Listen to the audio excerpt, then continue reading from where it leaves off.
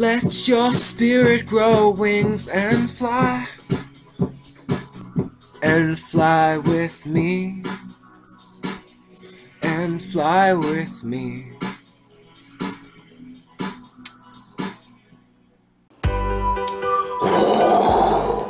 Hey! Hi out there in the YouTube, and welcome back to my channel.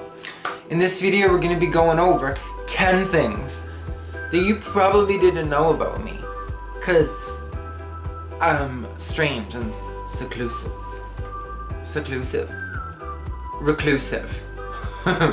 So, yes, let's get to the list. And use your imagination. Okay, so numero uno. I shave my armpits once in a while. I'm not like a hairy beast, okay? But brace yourself, because it's gonna be PG-13, okay? So, for all the people that, I've had people like in videos I posted years ago, sometimes I wouldn't wear a shirt.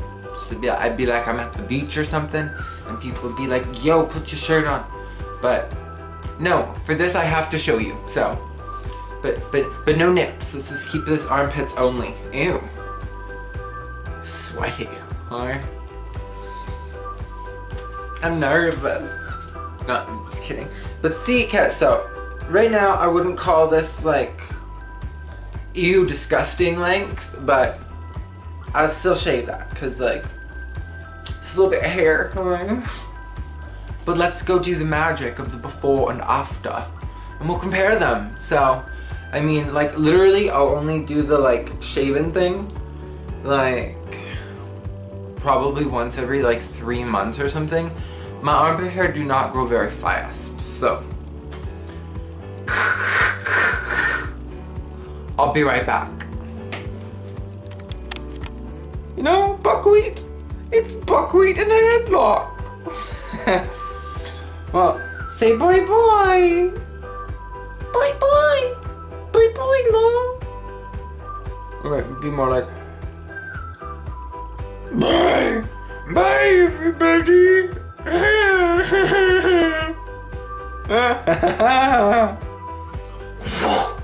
Alright, so welcome back. Time travel magic. Okay. That took me maybe like 10-15 minutes. Didn't take me that long. And boom! Okay, so we have like the before and the after, and like, I don't know, it doesn't make that much of a difference, but I will do that every like 2 or 3 months as soon as it grows back to like sticking out of my armpit. Excuse the redness, I just did the shaving, so yeah, and I do here, and I always leave the part in the middle just cause like, you know, I don't want to look like prepubescent, so woo! So, yeah, that's strange fact number 1. Number two on the list is that I really love freckles. Okay, so like gingers and all that, I just get all like, I get hot and heavy. Like, I'll admit that. Like, whoa! To all you ginger people out there. Like, and I know a lot of people hate gingers. Or even gingers themselves are like, ugh. Like they feel like it's like leprosy. Embrace your inner freckle. And like, you know, because there's other people out there who do like it. Like a lot of people tend to like what is different than themselves, but yet similar. So it's like, complementing, or what's the right word? It's complementary, or complements their traits by being different. So you integrate together to create a whole. And isn't that special? Like, but yeah, oh, and a shout out to Prince Harry on his engagement. Woo! I know, everyone's so jelly, right? But yeah, I'm going to put my shirt back on. That way I can zoom out again. Because I'm zoomed into my face a bit much, don't you find?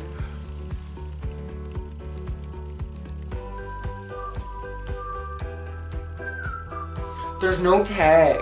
It's really hard to tell what is the right way to put it on. No, no, no. Sorry, technical difficulties.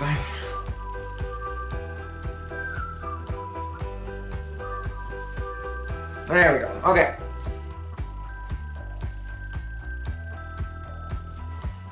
Zooming out. Oh no, that's in. Oh no, that's okay. There we go. There we go. Oh, that's better. Now I'm like, you can see my shoulders. And, okay. Continuing on the list. Number 3 is I'm like a vegetarian. So I don't eat beef, I don't eat chicken, I don't eat mammal. But I do love like seafood. Like it's a guilty pleasure of mine, I'll admit that. And I love seafood, okay? So like shrimp, like tempura dipped in that sauce. Crab meat, lobster. Cause they're like insects, right? Like they're like bugs. Like that's how I justify it in my brain. Is like, you know, a spider crab.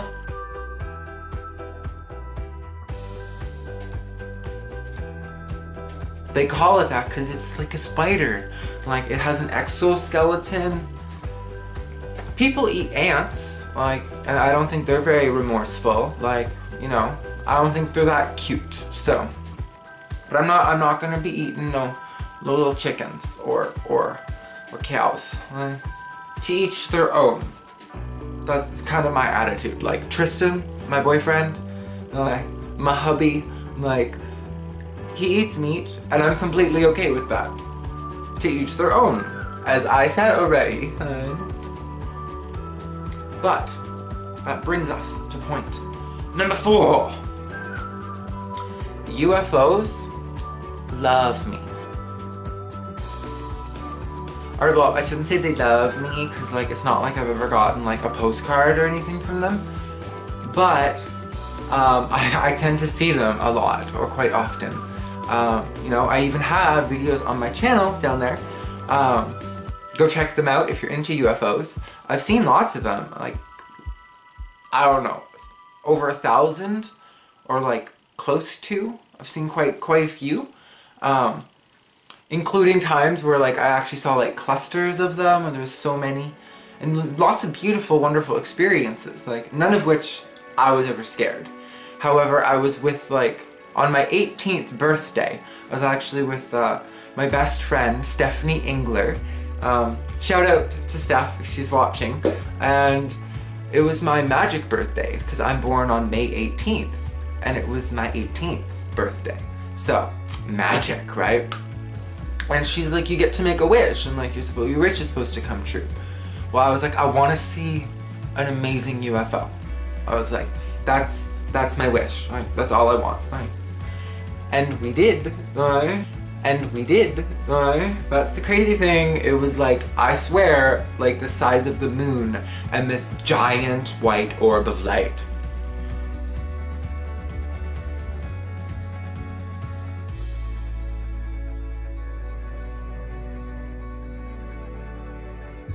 I'm sorry, like I can't justify the wondrousness of the experience through just a picture, but it was magic. And yeah, so UFOs and me are like props. Like I'm not afraid or anything. And like, I'm not really sure what they are. That's why I say unidentified. I'm not really sure if they're, you know, most people tend to think they're aliens. Maybe they're jinn. Maybe they're angels.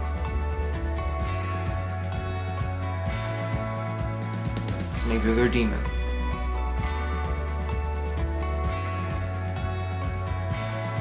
Unidentified. We don't know, okay? So, I don't think there's been enough concrete evidence anyway to support it. Like, yes, there's books that talk about downed craft that the military shot down, but I don't trust anything that the government says, so I'm just gonna base it off my own experience, and they've been like balls of light. So, awesome, like, I think that's cool, but I'm not gonna say I know for shizzle what it is. Like, number 5. Ghosts don't like me. So all that kind of stuff I was saying about UFOs, ghosts are the exact opposite. Meaning, like, I've actually had a couple encounters with like spiritual energies. Like there was like a pounding on my wall before, not at this house, this was back in Sudbury, but there was actually like, I'm gonna replicate it, it kind of sounded like this, okay? I'll try not to not do it so hard that it knocks the picture down, but I'll try to replicate the sound. Okay, it was really creepy, and it was like at pretty much exactly like 3 in the morning, because I checked my alarm clock. It's like crazy. That was back in the day when people used alarm clocks, not cell phones. But it was like this, and I was home alone. Like there was no one home. Like it was crazy. It was like that. It was like boom, boom, boom, boom, boom, and it like was right at like the wall that's like my bed was adjacent, like right butted up beside, and so it like woke me up and kind of freaked me out a bit. But I pounded back and was like, you better shut up. Like I got work in the morning. Like I don't care what you are, or like not at this moment. Like I don't try to connect in or something. Like this is not the way. Like that's kind of how I reacted. I know that seems a little strange. Like in the movies, everyone's like terrified, and I was just like, fuck off. Like I was just so like, I don't know, like I actually threatened it, and I'm just like, if you pound on the wall again, I'll bind you to a rock, and I'll throw you in a lake, and you're gonna exist at the bottom of a lake. So unless someone like unbound him, right, or it, but no one's gonna unbind them. No one even binds ghosts to rocks, right? But that's what I say, like. But maybe that's why they don't like me. But if there was some nice ones out there, like I'm totally like all embracing. Like, as long as they're not malefic or have negative intent. And that brings me to point number 6, which is runestones and tarot. Give me uno moment. Alright, so I found them. Okay, so I got my tarot cards and I got my runestones.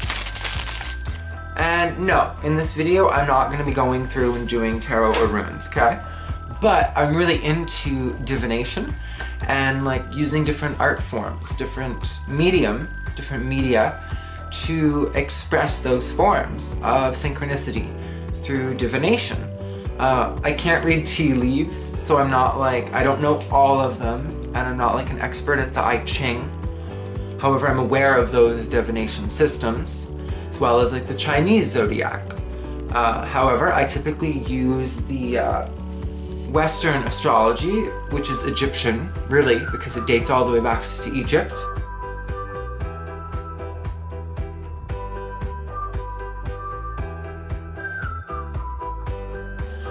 And I use the Vedic system, which is the nakshatras, which is 27 symbols instead of 12.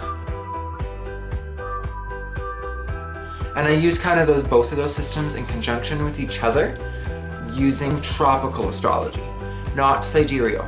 So that's actually kind of meaning like the location in the sky, not the stars and the constellations. You know what I mean? So like noon, if the sun is directly above, at solar noon, it doesn't matter like what constellations are there. It's gonna be hot, because it's noon. Why, right? Regardless of what time it is. On the clock, you can say it's 3 in the morning. But it would still be noon if the sun was right above, right? So, that's why I find astrology tropically works the best. Because it's the angles, the sacred angles in the heavens that actually create those character traits, not so much the backdrop of the stars. Although the mythologies have been attributed to the stars because that's what people saw with their eyes. Number 7. Number 7. I like to write songs and poetry. Okay, so my intro, you know, that is actually from another song that I wrote, and that's just a little snippet of it. And I've written a bunch of songs, but I'm a little shy on them. They're not all posted, but it's for fun. It's really just for me. It's like an artistic expression. Some people like to paint. I like to write poetry or write songs. And it's a way of kind of expressing myself and just kind of getting pent-up energy out, you know? It's an art form. That brings me to number 8. Woo! Number 8. Ow. Is astrology. So I talked before about tarot and runes, but astrology, I think, I got a thingy. But so with the tarot and the runes, when you shuffle or like you mix up the bag, you're randomizing things. And now in all divination systems, nothing is truly random. So it's kind of like you speaking to the universe and actually receiving signs that your higher self is able to interpret through intuition.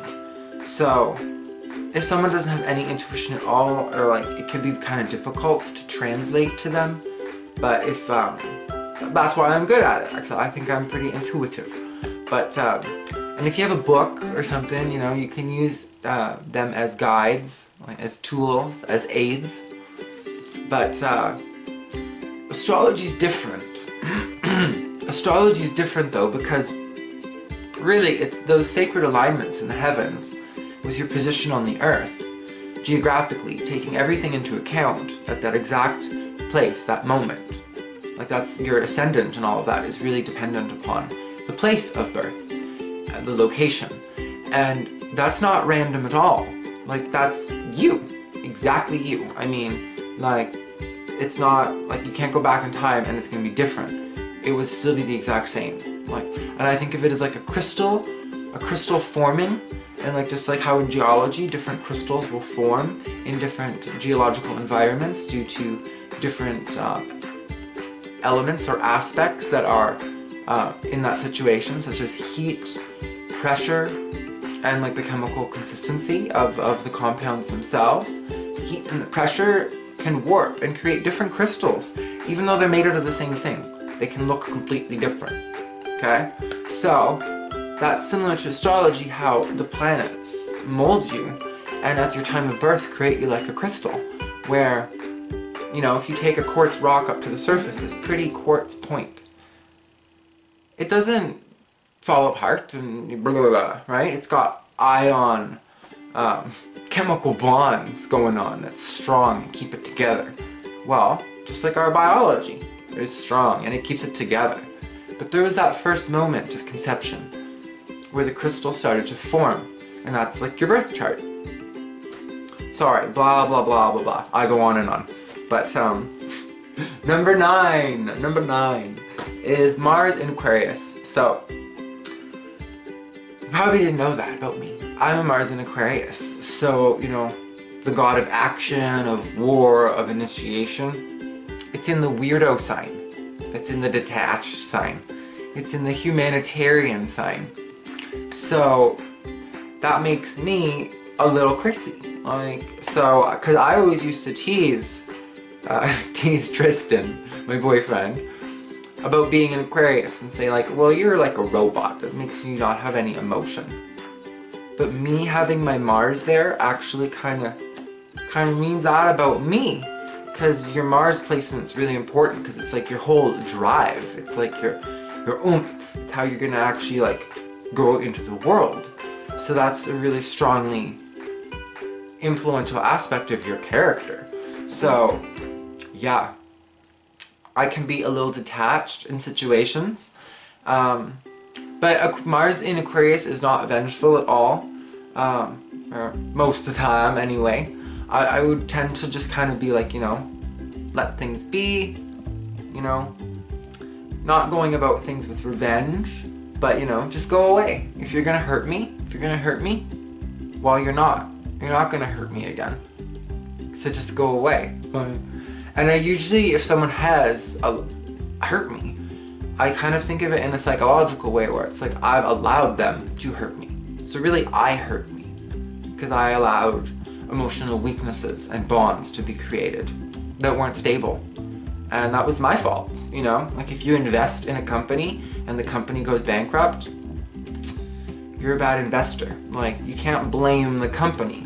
Although people will do that in relationships or in all types of, I don't just talk about Tristan here, I mean like in all situations of, you know, being disappointed or hurt with things. Just don't get your hopes up. You're the one that does that, right? So, that's my crazy Mars in Aquarius.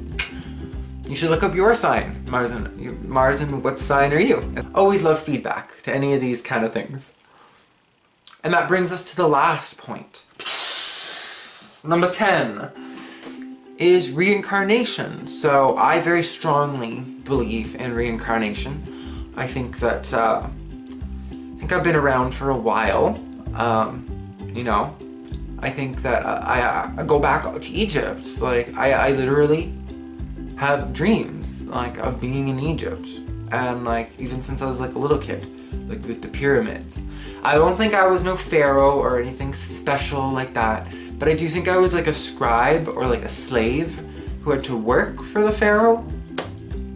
Not really sure, because that's all in dreamland, and it's a little blurry, so I don't know for sure. But I've always loved Egypt, and ancient cultures have always just fascinated me. And, you know, I really go by the Vedic, ancient Hindu beliefs, and in the Bhagavad Gita and the Upanishads.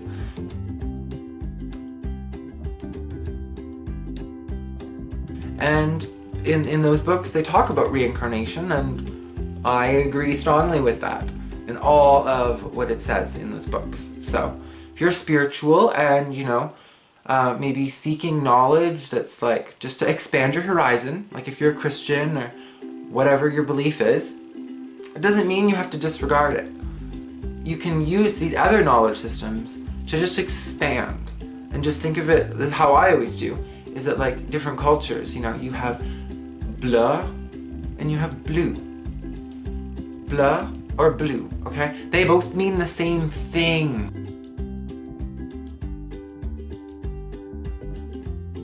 Okay? Like, but it's just names. So obviously they're gonna have different names, like, and different systems, because they're different cultures. So that's why I like to study all the different cultures from around the world, including the divination systems that I mentioned earlier. So, yeah, leave me your feedback and give me a like if you're still watching. I hope that you've liked this material, and, you know, subscribe if you're new. Share if you want my weirdness to the world, and I'll see you in the future. Bye for now. Let your spirit grow wings and fly with me, and fly with me. Bye everybody.